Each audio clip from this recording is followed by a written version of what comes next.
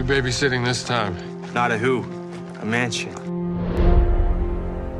Yowza. Speaking of my whole neighborhood in Queens. It's supposed to be a big deal when the 82nd Airborne came through and pushed out High Command. This is a life, boys.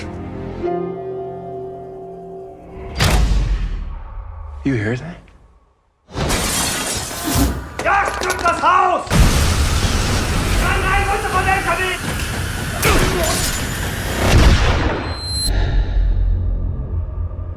We need to talk. We stay here, we're fish in a barrel. We're staying. What's that? I found it in the basement. Belonged to one of those who took over the house. It says what happened to the family who lived here.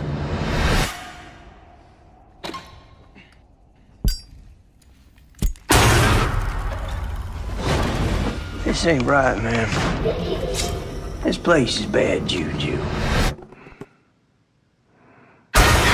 I'm just gonna say what we're all thinking. This place is haunted. Everything we experience. Let's get out of this house. If you leave.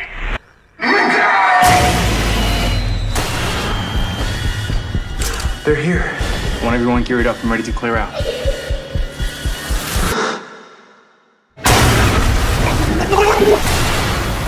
You can't leave. It won't let us leave. This isn't real.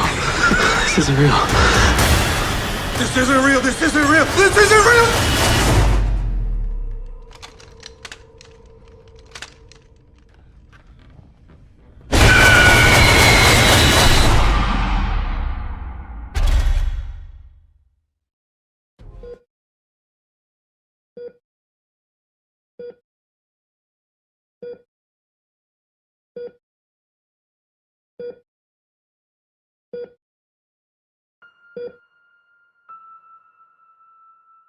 Welcome to a very special episode of the Wicked Webs We Weave podcast. As always, I am your host, Ryan McKern, and it is a pleasure to join you this evening as we delve into a movie now available as of this broadcast on Tubi, a free streaming site. The film is called Ghost of War, released on 2020, July 17th, directed by Eric Bress. This is, I feel, a missed gem, possibly coming out during the pandemic.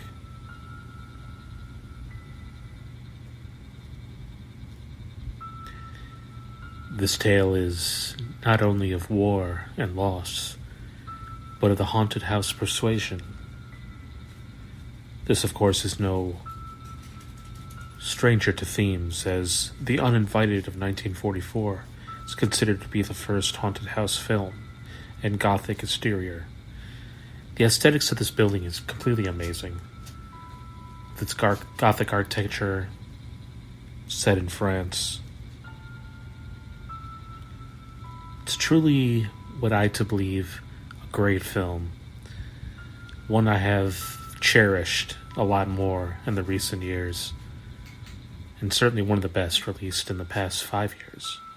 I highly implore you, since it is free on Tubi, to go watch it before you go into this review, where I will be having many spoilers, and we will delve into the story of the Ghost of War.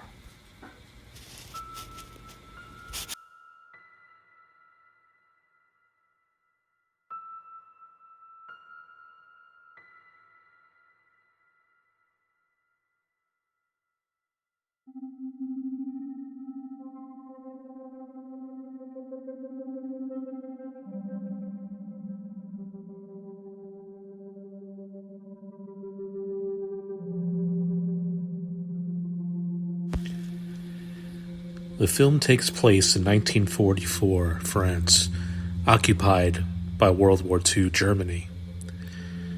YouTube has a specific rule about using a certain word, so I will use the word when referring to the German army of 1944 as either enemies or the other soldiers, just to get past this formality The opening of the film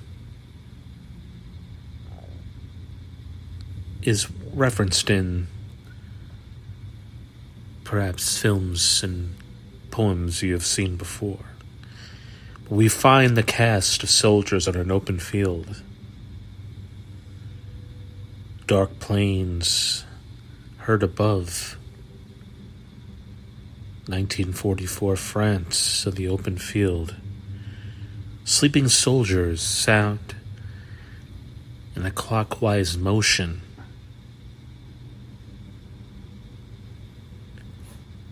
Laying all toward each other. When all of a sudden one of the characters suddenly awakes. We then find the soldiers walking down a path. And further down the path, we see the enemy soldiers. And holy shit, it's Billy Zane. Out of nowhere, this drew me by surprise. I'm like, is that? It's Billy Zane, yeah. With the bald head and like everything. I was like, oh my god. Like I don't know when the last time I've seen him, but this was just amazing. And within a second, he's dead. He's shot in the head by one of our casts for the protagonist.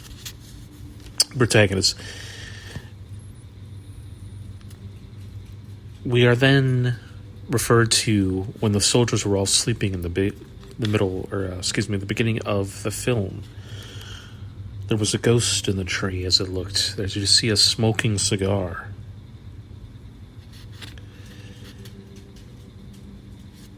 We do not know what the shadowy figure is.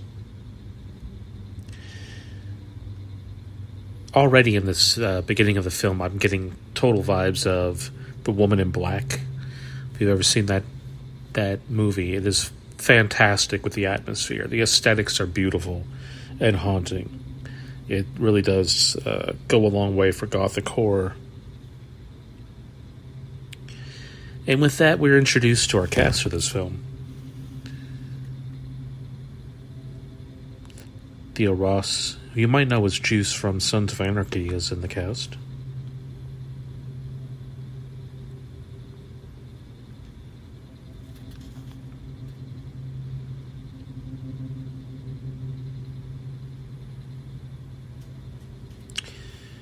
Juice, his character talks about foot problems.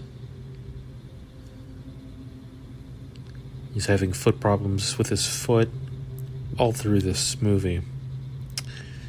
Now we are also joined by Brenton Thales as Chris, Alan Richson as Butchie, Kyle Galler as Tabbert, Skylar Aston as Eugene.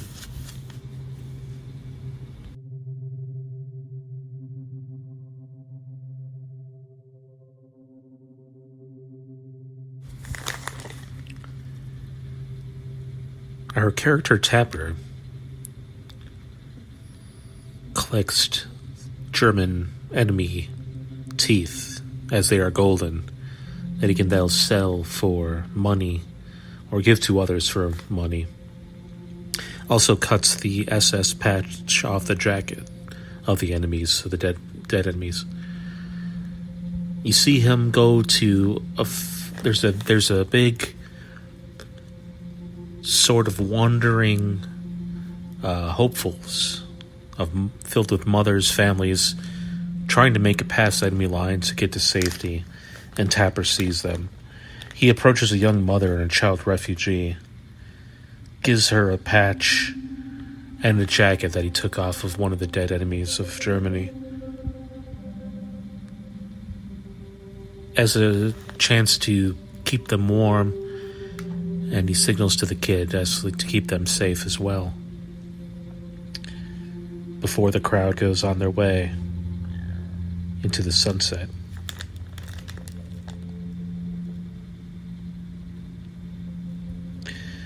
We then find our crew walking through a burned and desolate Paris.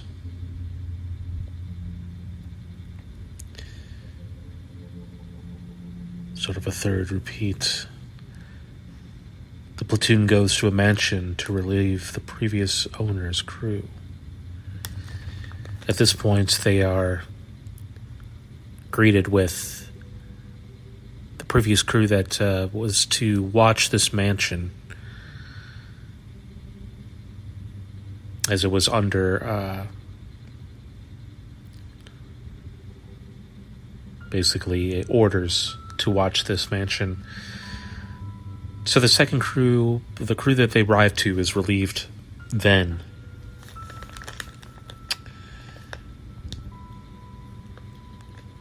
It was a previous German-occupied mansion that was taken over. One thing we do notice from the crew that they relieve is that they're completely spooked. They are afraid. They want to get out of there in a hurry. One thing that we notice as a viewer and as our characters also see in the foyer is where they slept. Not in the beds, not in the many rooms or floors.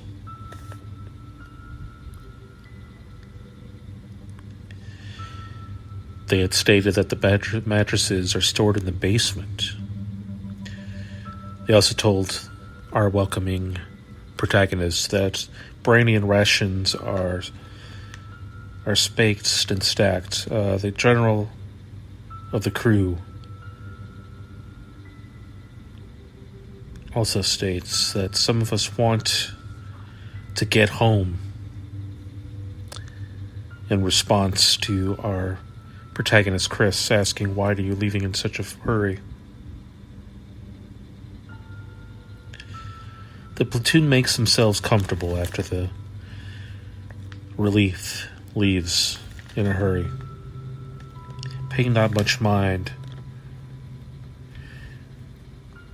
You see a burned silhouette of a chair in one of the rooms, which would be the study. While exploring, they also see more objects in the basement.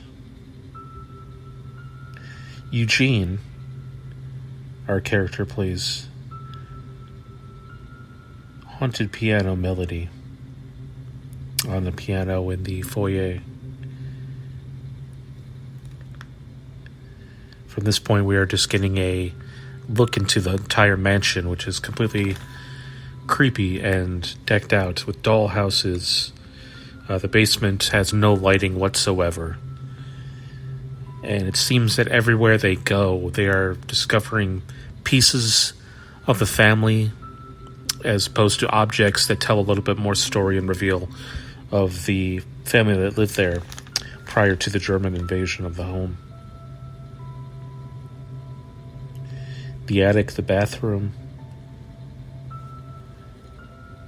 all of these will play a large portion of the story later to come. Our character Kirk investigates the dollhouse, mesmerized and yet intrigued, almost as if he'd recognized this before. Chris in the study and Tapper in the basement.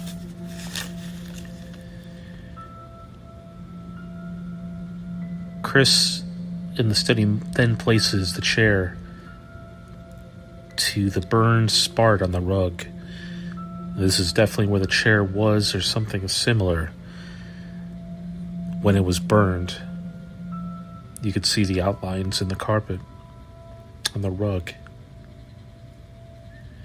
Our character Chris hears ominous noises in the vent.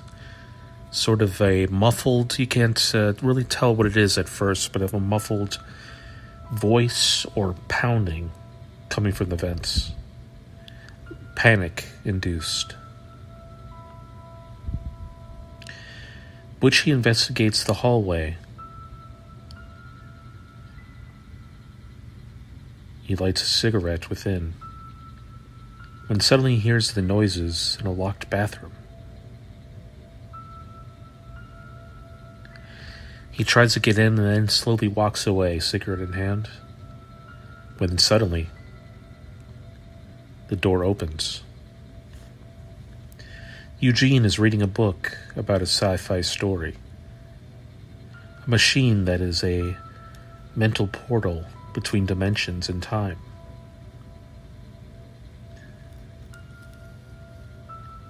when suddenly noises are heard upstairs. The platoon then investigates. Kirk and Chris go to the kitchen, into the dining room. Large scratching noises are heard. They pull back a curtain to reveal a phantom figure of a man hanging, when suddenly it disappears. Kirk says, "Did you hear that too?" Chris replies, "Not sure what I saw." Later that night, the crew smokes and tells ghost stories of prisoner of war horrors and war stories. Eugene finds a journal left behind in the mansion that was left behind by the German forces. It did belong to the soldiers of Germany. The platoon is then interrupted by what sounds like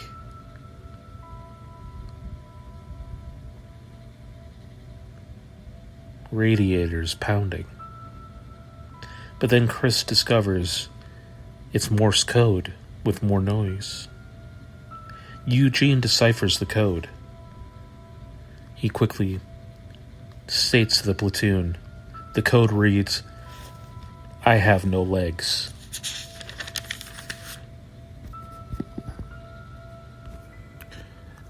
The crew, startled by this news, still huddled around the fire, when suddenly a jump scare, of course. There's just a few jump scares in this film, but I feel they're done pretty well. I mean, it's not overboard, and there's legit things going on with the jump scares. In this case, a dead squirrel falls right into the chimney and stokes the fire. After this, everyone's all rattled and just kind of freaked out. So they decide to go to bed upstairs. They're both all in separate rooms. Tapper's keeping an eye on with a sniper rifle in the attic, looking out for anything.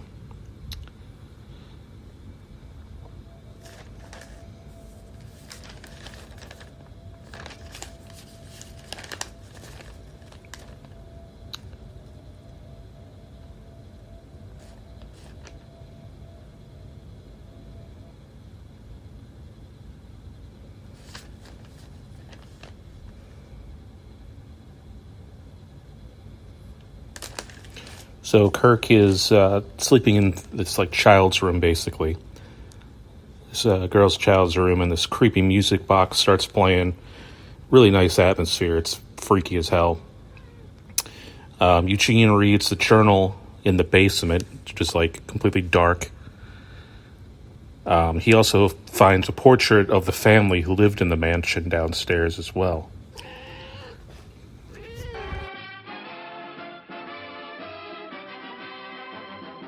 Show starts in 8 minutes. Yum, yum.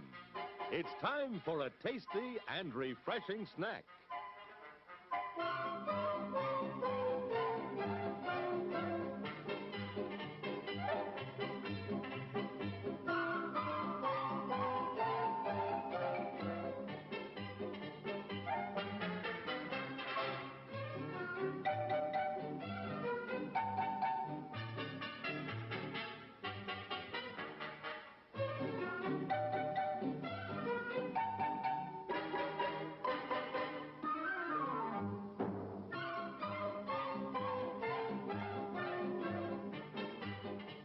We promise to satisfy your hunger, your thirst, your sweet tooth.